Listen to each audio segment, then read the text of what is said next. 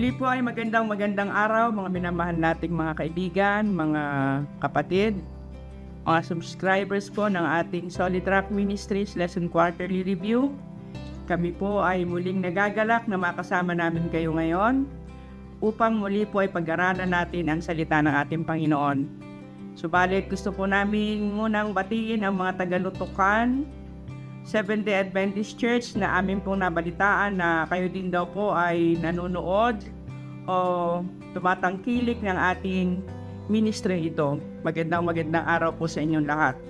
At bago po tayo magpatuloy, tayo po muna ay mananalangin. Panginoon po makapangyarihan sa lahat, sa oras po ito, muli po namin kayong pinupuri, dinadakila sa inyo pong kabutihan sa amin. Salamat Panginoon sapagkat pinakikisamahan mo po at ginagabayan ng programang ito. Salamat din po sapagkat ang mga kapatid ay nag-express ng kanilang pagpapasalamat sapagkat nakakatulong sa kanila ng malaki ang pag-aaral ng banal na salita ng Panginoon sa pamamagitan po ng programang ito. Patuloy po nawa silang pagpalain saan man sila naroroong lugar. At sana po maging pagpapala rin po ang aming mga tinatalakay na ito para sa kanila. At sana po lahat kami ay maging handa sa inyong nalalapit na pagparito. Pagpatawad po kami mga pagkukulang at pagkakasala sa pangalan po namin Panginoong Jesus. Ngayon po tayo nasa ika-4 ng topic ng ating lesson. Ang pamagat po nito ay manindigan para sa katotohanan. Ang ating pong talatang sauluhin ngayon ay sa John 3:14. Kung paanong itinaas ni Moses sa ilang ang ahas, kailangan din namang itaas ang anak ng tao. Upang ang sinumang sumampalataya sa kanya ay magkaroon ng buhay na walang hanggan. Tulad ng ating napag-aralan, may dalawa pong issue. Number 1, ang Diyos ba ay pag-ibig o makasarili? Humahad lang ba sa tagumpay ng iba? Pangalawa, ang tao ba ay umiibig kaysa sumusunod o dahil nakikinabang at may inaasahang pakinabang? Buhay na walang hanggan. Ang paninindigan sa katotohanan ay pruweba na iniibig natin ang Diyos at ang katotohanan. Ito ang dadaig kay Satanas sa malaking tunggalian ayon sa Apokalipsis 12:11 at siya'y kanilang dinaig dahil sa dugo ng kordero. At dahil sa salita ng kanilang patotoo, sapagkat hindi nila inibig ang kanilang buhay maging hanggang kamatayan. Narito po ang mga katanungan na ating pag-uusapan ngayon. Number 1, ano ang ibig sabihin na manindigan sa katotohanan? Number 2, paano inilalarawan ang tunay na iglesia? Number 3, ano pa ang dagdag na paglalarawan sa tunay na iglesia? Pang-4, paano tayo maaaring magtagumpay laban sa kaaway? At babalik po tayo sa question number 1, ano ang ibig sabihin na manindigan sa katotohanan? At ito po ay sasagutin ni Pastor Levi Perdon. Alright, magandang araw po sa inyo lahat, mga minamahal mga kapatid. Sabi ni Maria Bacan ay kami pala'y napakalapit na sa kanila sa Banaba noong nakaraang Sabado. Gusto rin po namin makarating sa inyo, kaya lang talagang kami malayo. At ganon din sa Kumba. Sabi ay sana ay makarating din kami sa kanila. Nais po namin, kaya lang dahil lang po sa distansya, siyempre ay hindi tayo basta-basta nakakapunta sa ibig nating mapuntahan. So tayo po magpapatuloy sa ating pag-aaral at kami po labis-labis na nagpapasalamat sa inyong patuloy na pagsubaybay at pagtangkilik sa palatuntunan ito. Ano nga ba ang ibig sabihin ng manindigan sa katotohanan? Una sa lahat mga minamahal, dapat nating unawain na ang katotohanan ay ang ating Panginoon. At ang kanyang salita, ang katotohanan. Ano po? So doon tayo maninindigan. Bakit tayo kinakailangang manindigan? Sapagkat una, sa ating talatang sauluhin ang wika, ang ating Panginoon ay nanindigan para sa ating kaligtasan na kung paano itinaas yung ahas sa panahon ni Moses, sabi niya, kinakailangang anak ng tao ay itaas din. So talagang naging determinado ang Panginoon na manindigan para sa bawat isa sa atin. At patuloy na ang Panginoon ay naninindigan para sa bawat isa sa atin. Kung ating titingnan dyan sa aklat ni Daniel, sa Daniel 7:25, ay makikita natin kung ano ang sinasabi. Napakahalaga nito na mayroong isang kaaway na pipilitin na wasakin ang bayan ng Diyos. Tingnan po natin sa Daniel 7:25, ano ang sinasabi.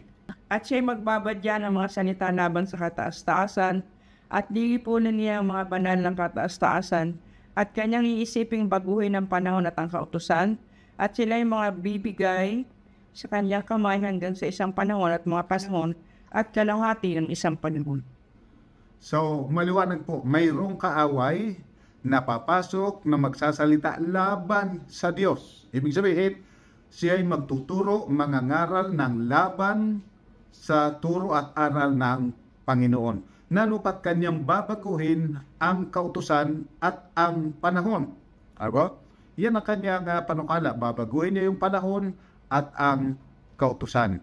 At kapag tinignan pa natin sa Kapitulo 8, talatang 11 hanggang 13, ay muling sinasabi na ang kanyang gagawin. Ating pakinggang mabuti. Oo, nagmalaki hanggang sa prinsipe ng hukbo at inalis niya sa kanya ang palaging handog na susunugin at ang dako ng kanyang santuaryo ay binagsak. At ang hukbo ay nabigay sa kanya na kasama ng palaging handog na susunugin dahil sa pagsalangsang at kanyang ibinaksi ang katotohanan sa lupa at gumawa ng kanyang maibigan at guminhawa. Yung magkagayon narinig ko isang banal na nagsalita at ibang banal ay nagsabi, sa isang yaon na nagsalita hanggang kailan magtatagal ang pangitain tungkol sa palaging handog na ito at susunugin at sa pagsalangsang na sumisira upang magbigay ng santuari at ng hukbo upang mayapakan ng paa. So dito po ang sinasabi na kanyang gagawin ay yung appointed time. Ano po? Kasi yung salitang ginamit ay mula sa salitang Kaldeo na Ziman. Nang ibig sabihin yung appointed time. Yun ang kanyang babaguhin. At hindi lang yung appointed time, kundi yung appointed na Panginoon na marapat nating sambahin, Panginoon na marapat nating lapitan sa panahon ng ating pangangailangan. So ito po yung kanyang gagawin. Alisin ang appointed time of worship and appointed one na dapat na sambahin. Ito ay kanyang papalitan ng wika, ibabagsak niya yung sanktuaryo at yung katotohanan sa lupa. At yung mga banal, yung bayan ng Diyos ay kanyang yayapakan sa ilalim ng kanyang mga paa. So, kinakailangan po talaga na tayo'y manindigan. Ano po? Sapagkat sisikapin ng kaaway na wasakin ang lahat ng nananampalataya at sumusunod sa Panginoon. Datapwat isang bagay ang tinitiyak, ito'y hanggang sa appointed time lamang. Kung papaanong mayroong appointed time ang Panginoon para sa worship, may appointed time din na ibinigay sa kaaway na siya'y papahintulutan na gawin ang kanyang lahat ng magagawa. Datapwat ang Diyos sa huli ay titindig para sa kanyang bayan. So kinakailangan natin kung paano ang Diyos naninindigan para sa atin at maninindigan at titindig para sa atin, kinakailangan tayo man ay manindigan para sa Kanya, sapagkat ang sino man na sa Kanya'y sumasampalataya ay patuloy na maliligtas. Okay po, at ngayon po sa ating pangalawang katanungan, papaano inilalarawan ang tunay na iglesia? Yan. Ito po ay mahalaga rin na ating maunawaan. Alin ba ang tunay na iglesia? Sapagkat ang wika po, yung kaaway magmumula sa kalagitnaan ninyo. Ang sabi ni Pablo, ano po? Mula sa loob ng iglesia, ng Kristyanismo, ay lilitaw ang pinakamahigpit na kaaway ng katotohanan. At alam po natin na nagdaan yung tinatawag nating Dark Ages at mayroong tinatawag ng kanilang sarili na sila ang tunay na iglesia, subalit sila yung nagpapahamak sa mga tunay na sumusunod sa Diyos. Paano nga ba sila makikilala yung tunay na sa Diyos? Apokalipsis 12:1. Tingnan po natin kung ano ang sinasabi. At ang isang dakilang tanda ay nakita sa langit, isang babae na nararamta ng araw, at ang buwan ay nasa ilalim ng kanyang mga paa, at sa kanyang ulo ay may isang putong na 12 tulid. So, maliwanag po yung pong babae na simbolo ng iglesia, ang wika ay nadadamitan ng araw. Di po ba? At yung mamangkan yung paa ay nakatungtong sa buwan. Tingnan natin, ano bang ibig sabihin ng nadadamitan ng araw? Tingnan po natin sa Malakias 4:1 at 2 para maunawaan po natin na sinasabing itong iglesia sapagkat sa banal na kasulatan po, ang bayan ng Diyos o alinmang bayan ay sinisimboluhan ng isang babae. At dito po, yung bayan ng Diyos na kinasusuklaman ng kordero o ng dragon ay ang wika nadadamitan ng araw. Ano bang ibig sabihin nun? Malakias 4:1 at 2. Sapagkat narito ang araw ay dumarating na nagningas na parang dugnot, at ang lahat na palalo at ang lahat na nagsigawan ng pasamaan ay magiging parang dayami, at ang araw na dumarating ay susunog sa kanila, sabi ng Panginoon, na mga hukbo, na ano pat hindi mag-iiwan sa kanila ng kahit ugat ni isang naman. Ngunit sa inyo na nangatatapos sa aking pangalan, ay sisikat ang araw ng katwiran na may kagalingan sa kanyang mga pakpak, at kayo'y magsisilabas at magsisiluksong parang gulat mula sa silaman. Yung po pala yung parang araw na sinasabi riyan.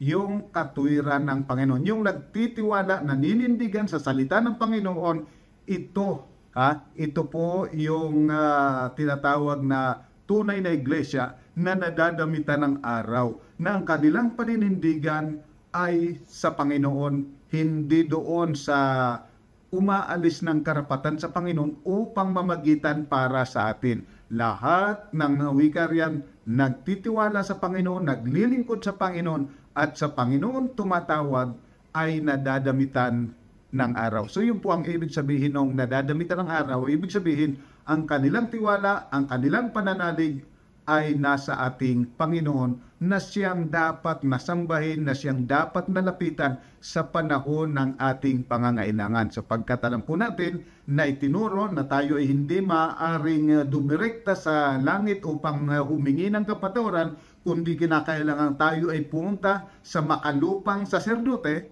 Subalit sa Hebreo, sinasabi yung mga salupang saserdote ay tinapos na sapagkat dumating na ang tunay na saserdote, ang ating Panginoon, na pumasok sa sanktuaryo na hindi gawa ng tao kung hindi gawa ng Diyos. So lahat ng mga tao na ang kanilang tiwala ay nasa Panginoon, sila yung nadadamitan ng araw, nagniningning na kagaya ng araw. At yung po namang buwan, alam natin na ang buwan walang sarili niyang liwanag.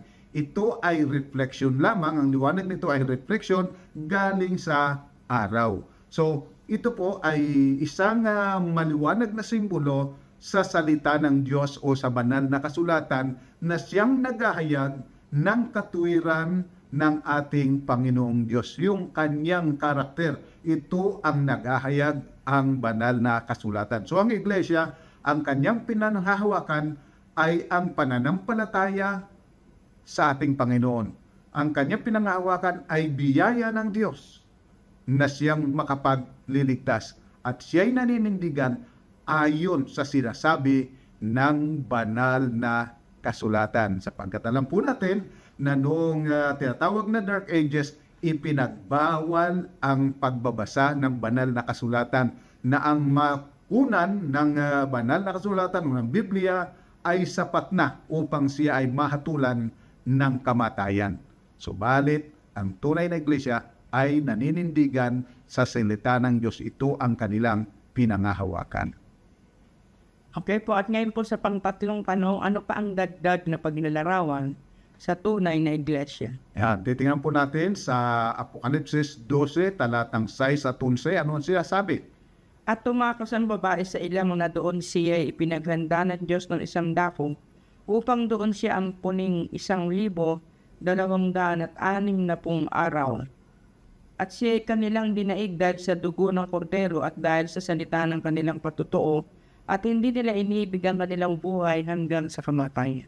So mga minamahal, maliwanag po ang sinasabi. Yung tunay na iglesia during the time of dark ages, yung tinatawag na 1,200 at 260 araw o taon ay nasa pagtatago. So hindi po yung nangingibabaw nung panahon na yun ang tunay na iglesia. Sila yung nag-claim na sila yung tunay na iglesia. Sila kuno yung original. Subalit kapag pinag-aralan po natin ang banal na kasulatan, ang tunay na iglesia sa kapanahon ng ito ay hindi hayag sapagkat sila'y nagtatago, sapagkat sila'y inuusig at nais silang lipulin ng kaaway. At kung titingnan po natin sa Daniel 8, 13 at 14, ay inayag rin po yan yung hanggang kailan bago lumabas ang tunay na iglesia. Tingnan po natin, pakibasa. Nang magkagayoy, narinig ko ang isang banal na nagsalita at ibang banal ay nagsabi sa isang yaon na nagsalita, hanggang kailan magtatagal ang pangitain tungkol sa palaging handog na susunugin at ang pagsalangsang na sumisira upang magbigay ng santuaryo at ng hukbo upang mayapakan ng paas. At sinabi niya sa akin hanggang sa 2,300 na umaga na hapon at umaga kung magkagayoy malilinis ang santuaryo. So mga minamahal, sa loob ng 1,260 years, mangingibabaw yung kaaway.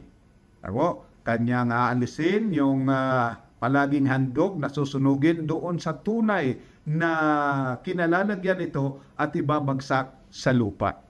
Yung tagapamagitan na dapat naroon sa langit ay itinuturo na naandito sa lupa. Hanggang kailan yan? Sila ay 1,260 years. At yung iglesia ay nasa ilalim ng kanyang mga paa. Datapwat matapos ang 2,300 days ang wika, doon malilinis ang sanktuaryo. Sa ibang translation, ang wika, ang sanktuaryo ay muling gagamitin. Ibig sabihin, ituturong muli yung katotohanan patungkol sa pamamagitan ng ating Panginoon doon sa sanktuaryo sa langit. Ibig sabihin, ang tunay na iglesia dito lalabas at ituturo nila yung buong katotohanan. Bagamat nung una ay nagtuturo ng katotohanan yung mga reformers, subalit yung katotohanan patungkol sa sanctuaryo, hindi ito na-touch nila.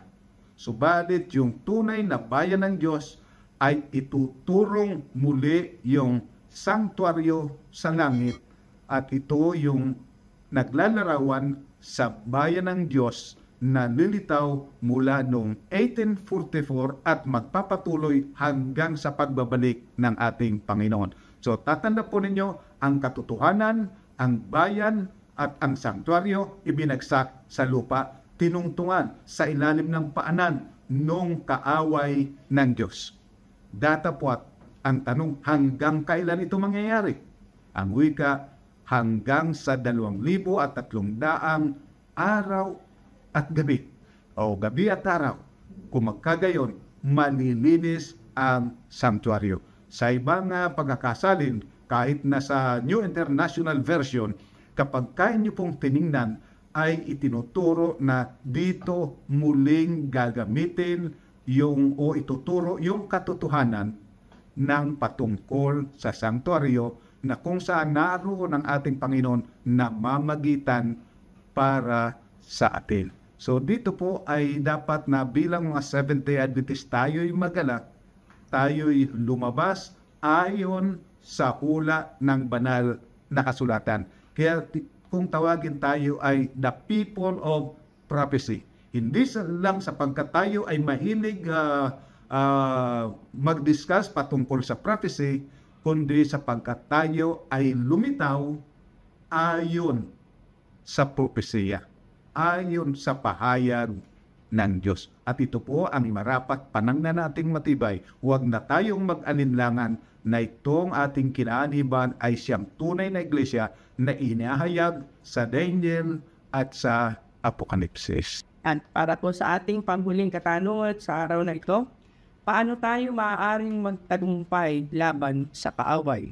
So, tanda po ninyo, ang ating kaaway, makapangyarihan.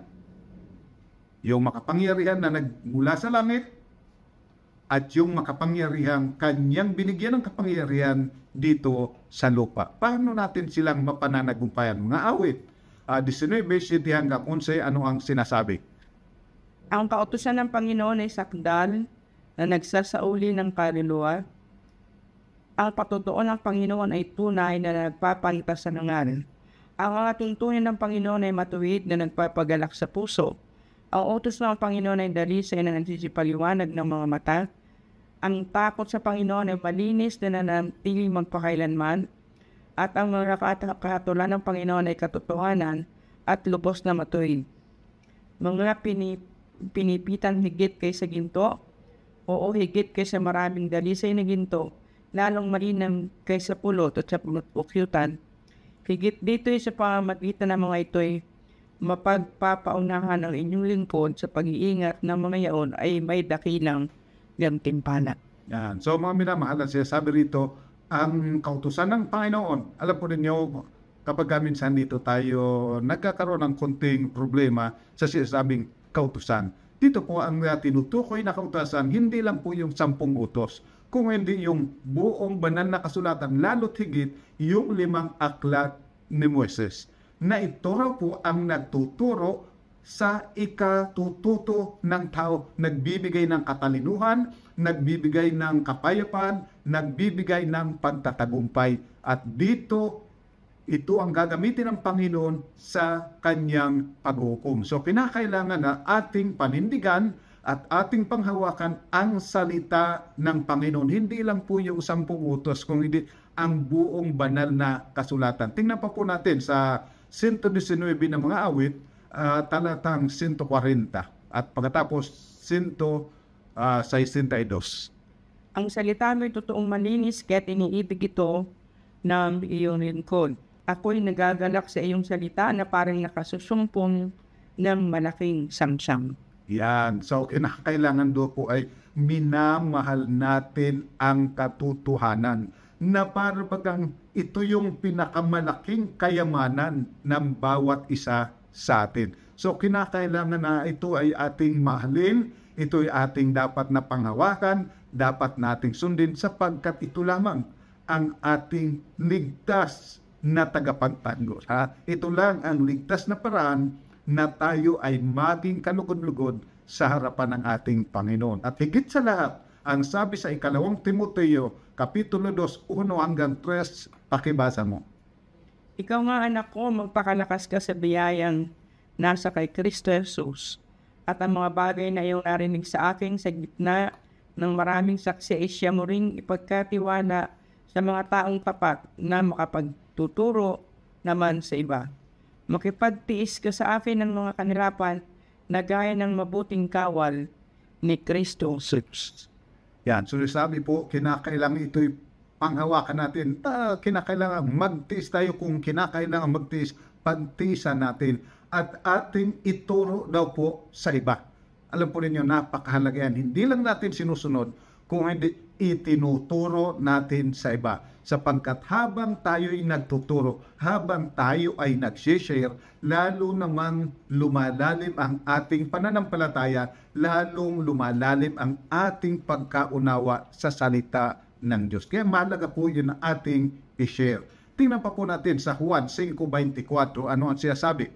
Katotohanan sinasabi ko sa inyo, ang tumirinig ng aking salita at sumasampalataya sa kanya ng sugo sa akin, ay may buhay na walang hanggan at hindi mapapasok sa paghatol kundi lumipat na sa kabuhayan mula sa kamatayan. So maliwanag po at sinasabi, kapag ka ating pinangahawakan na may pananampalataya ang salita ng Panginoon, wala tayong dapat na ikatakot sa paghukom, sapagkat tayo ay nailipat na mula sa kamatayan sa tiyak na buhay na walang hanggan. At ang sabi po sa Kapitulo 11, talatang 25 at 26 ay napakalaga rin po. Sinabi sa kanina ni Jesus, ako ang pagkabuhay na magulit ang kabuhayan. Ang sumasampalataya sa akin bagamat siya'y mamatay, gayon may mabubuhay siya. At ang sino mang nabubuhay at sumasampalataya sa akin ay hindi mamamatay magpakailanman, sinasampalatayanan mo baga ito. So, yan po ang sinasabi ng banal na kasulatan. Ano po? Na kung tayo ay sumasampalataya, bagamat tayo'y mamatay, tayo'y muling mabubuhay. At kung tayo raw po ay nananampalataya sa ating Panginoon, sa Kanyang salita, hindi tayo mamamatay magpakailanman. Alam po ninyo ito, siya sabi rito, hindi mamamatay magpakailanman. Ibig sabihin, temporary lang yung kamatayan. Isa lang pagtulog.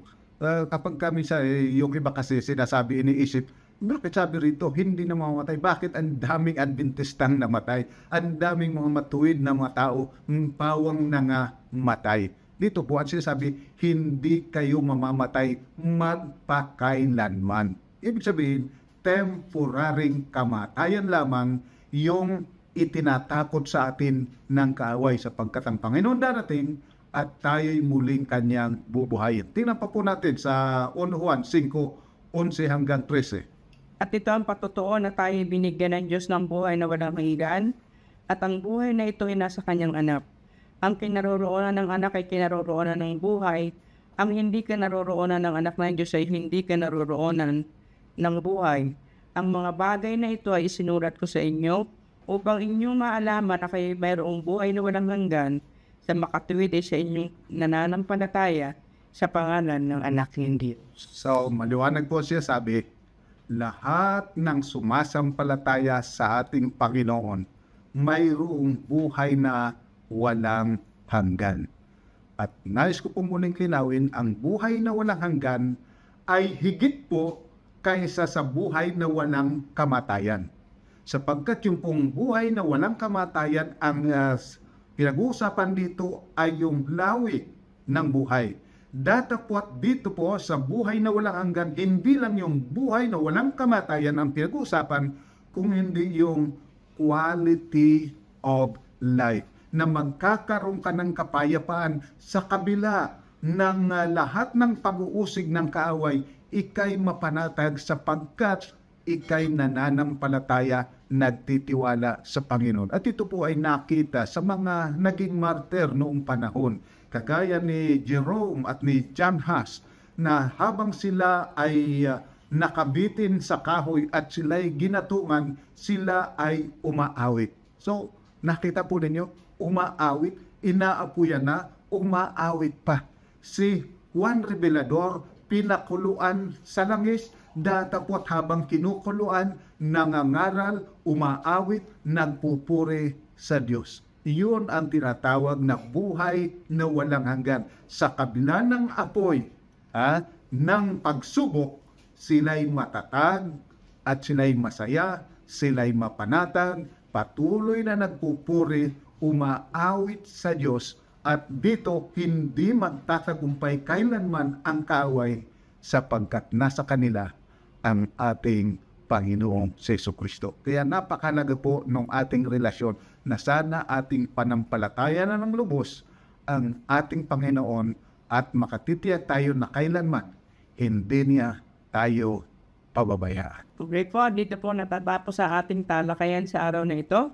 Iiwan po namin sa inyo ang naging summary ito ng ating lesson o ating pinag-usapan ngayon. Number 1, si Kristo ang daan, katotohanan at ang buhay.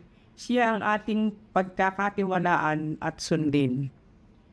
Pangalawa, bilang mga lingkod ng tunay ng Diyos, tayo ay marapat manindigan sa salita ng Diyos at maramtan ang katwiran ng Diyos, hindi ang ating sariling katwiran.